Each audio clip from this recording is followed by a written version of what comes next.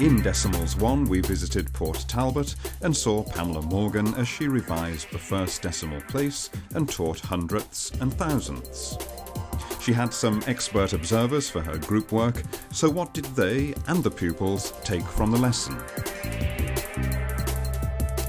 Hello and welcome back to Wales, where I'm joined by Pamela Morgan, class teacher, Richard Dunn, maths consultant. And I'd like to thank you, Pamela, for an excellent lesson where the children really impressed me with their hard work and their effort. Thank you. Let's look back at the start of the lesson and see how that went. Can you tell me about these tenths here? 1/10, 1/10. Kerry? Same value, different appearance. Diane? Is there anything here? Sam? No. Is there anything here? Rachel? No. But I was interested in the way that you used 0.1 as opposed to 0.1. Any particular reason for that? It focuses on the fact that it's 1/10, well, and then you add the zeros later. So I understand that is there anything here? No. Is there anything after the 1? There's not. So it doesn't hide the fact. If the more numbers you put on to introduce it, the children can get confused. The other fact I noticed was the way you used the term same value, different appearance, where you had the tenths, the word 1/10 written down. Do you find that a powerful tool in helping the children understand? Well, to understand, yes, and to recognise there are different ways of writing it down, because they will come across it and they recognise then that if they see that it always means the same thing. How much is there here, David? 45 thousandths. Diane. How much is there here, David? 34 hundredths. Caius. How much is there here? 23 tenths. Diane. I'm not going to say the number. I want you all to write it down accurately. And with your partner, please ask, how much is here? How much is here? Remember, what are we looking for? How much is here? 31 tenths. How much is here? 3,135 thousandths. The reason I work in pairs like that is that they're constantly then hearing the language, they're hearing the words pronounced correctly, and they sort of check each other. And then they actually begin to ask the questions themselves. So it's not just answering, they are asking the questions. So if they're asking the questions, they must be in control of information, they must be in control of knowledge. I like the use of the whiteboards. They seem very confident in the way they were using those and working together. But there does seem to be a little bit of a problem at this point here. If you write it down on your whiteboards with your partner. Right, some of you have got this, and some of you have got that. How much is here, Richard? 12 hundredths. 12 hundredths. And how much is here, Richard? 12 tenths. Right, can you have a look at your answer and have a think about it? What have you got written down, Richard? 12 hundredths. And what are we looking for? 12 tenths. That problem then gave us an opportunity to clarify issues. If you always give things that they're safe with, then these issues never come up. And it's only when issues like this come up and a little bit of confusion, can you clarify and discuss it and then move on. So I think that provided a really good opportunity to analyse the answers. So the whiteboard gives you that instant feedback? Absolutely, yes. And because they're working as a group, they're not threatened by giving an answer. If they were all individual whiteboards, then they have responsibility for their answer, and it's more threatening.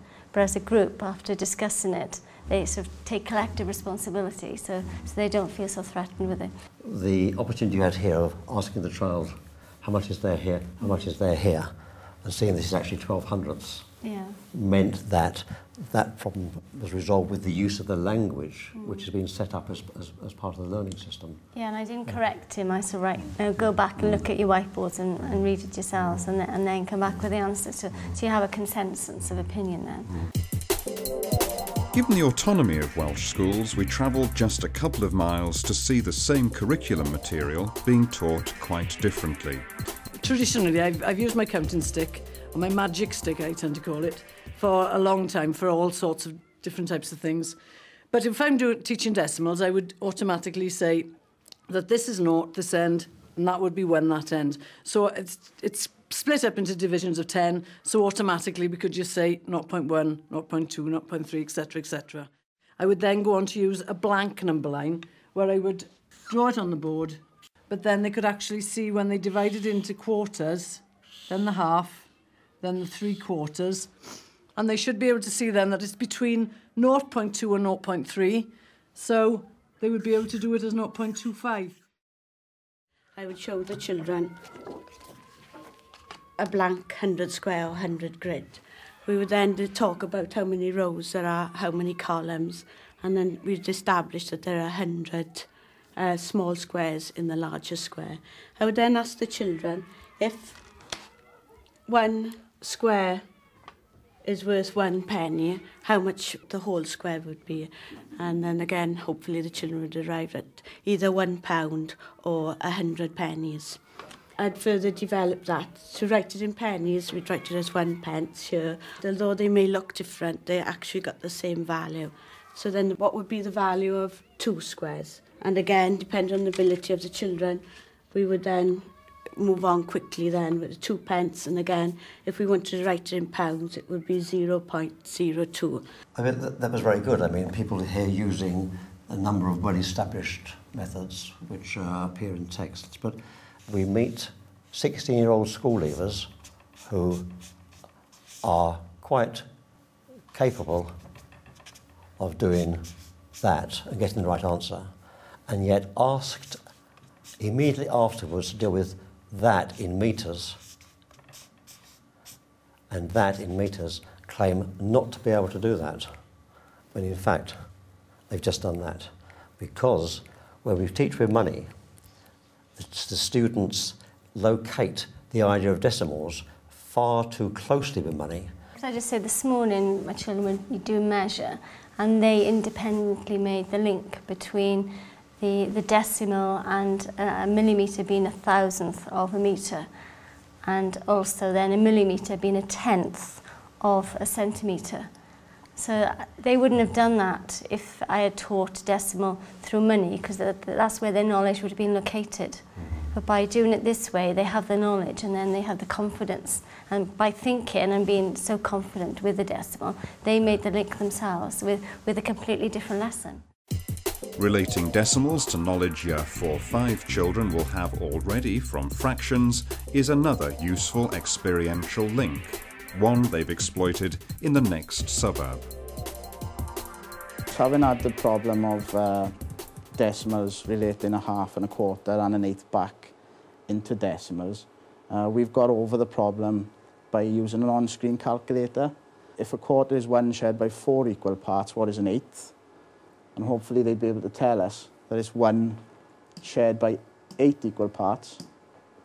The answer then is 0.125. And we could also introduce inverse operations there as well. If we times it back by the 8 equal parts, what should the answer come back to 1 whole at that point? I think what my concern is that at this early stage, I'll be reluctant to worry about things like this. Because what we need is real familiarity with this as a kind of literal translation of the vulgar fraction equivalent. And then do this, as Craig did so well, to do this rather later, when our familiarity with that and the fact that we're always getting this sort of thing then turns into making the familiar unfamiliar, which is a kind of cognitive surprise. And then when we begin, and exactly like this, to use the calculator to look at this, we're then so familiar with this that when we see something like that, we can actually see what each of these mean and what they mean in combination. Well, thank you for that, Richard. Now we can have a look at some group work.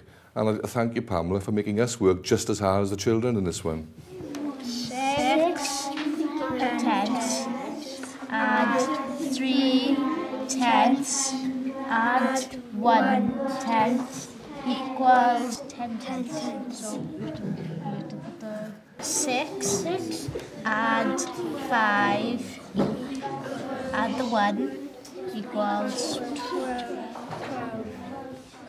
I think the rigour of it, John, is when they say 100th add 900th is 10 hundredths, rather than put down a naught and do something else with the 1, to actually write 10 in the manner in which you'd normally write 10, Yes.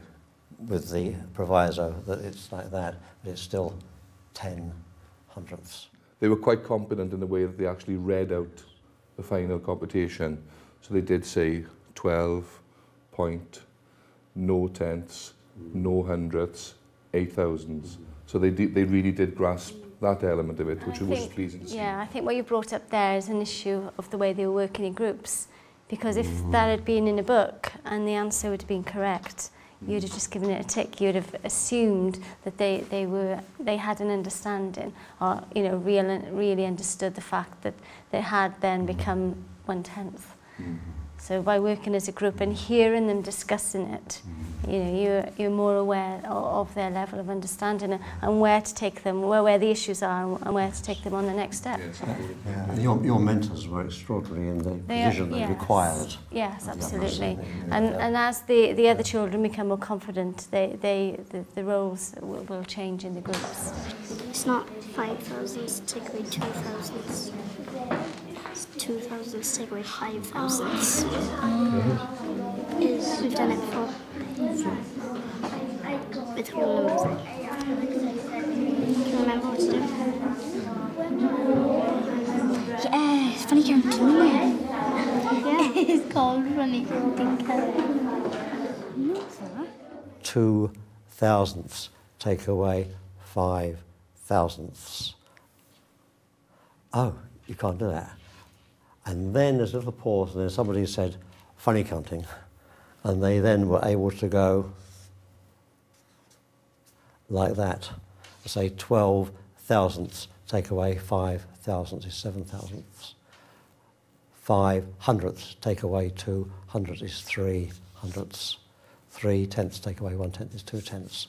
And with one little sort of prompt from the mentor, there was a spark of realisation that you could employ the same methodology, and therefore they'll eventually be being able to deal with things like this